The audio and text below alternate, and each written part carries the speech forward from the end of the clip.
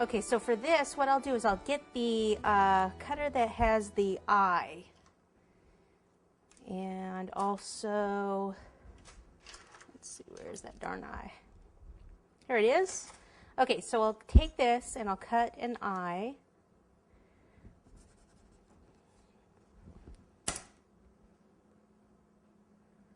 And then what I'm going to do is cut off the bottom of the eye like that. Okay, take this, some shortening, pop it here. And then I'll just take any of these that have like the little curly Q type thing here. Like we could just take one of these, the H. Pop that out, flip it over, and cut the bottom part off.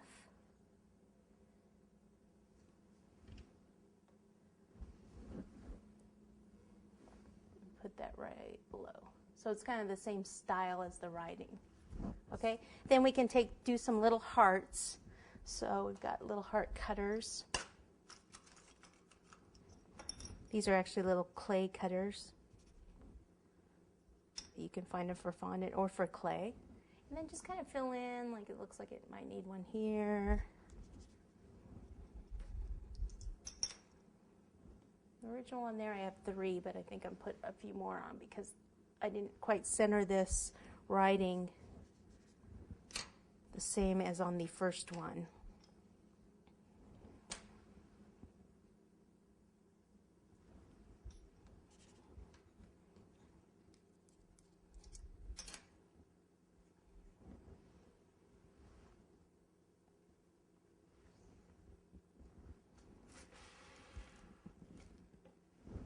I'll probably do like another one up here.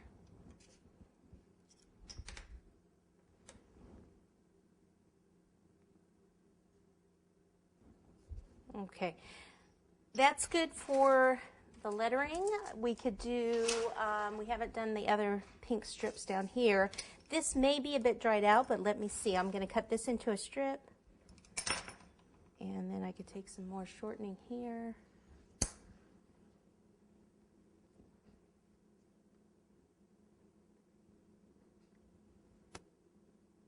Works actually. Oops. Twisting it.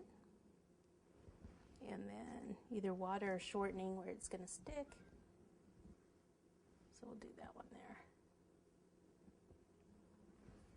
No, this is quite dry, so I'll need to melt some chocolate so we can attach that. Now for the letters here, we're going to put the dust on them. So I've got the dust here. I'm going to take a little water, and I need to go over all of these very lightly. I don't want the water to drip down the cake because that'll ruin the airbrush. So I just do a couple at a time and then take the dust and dab the dust on.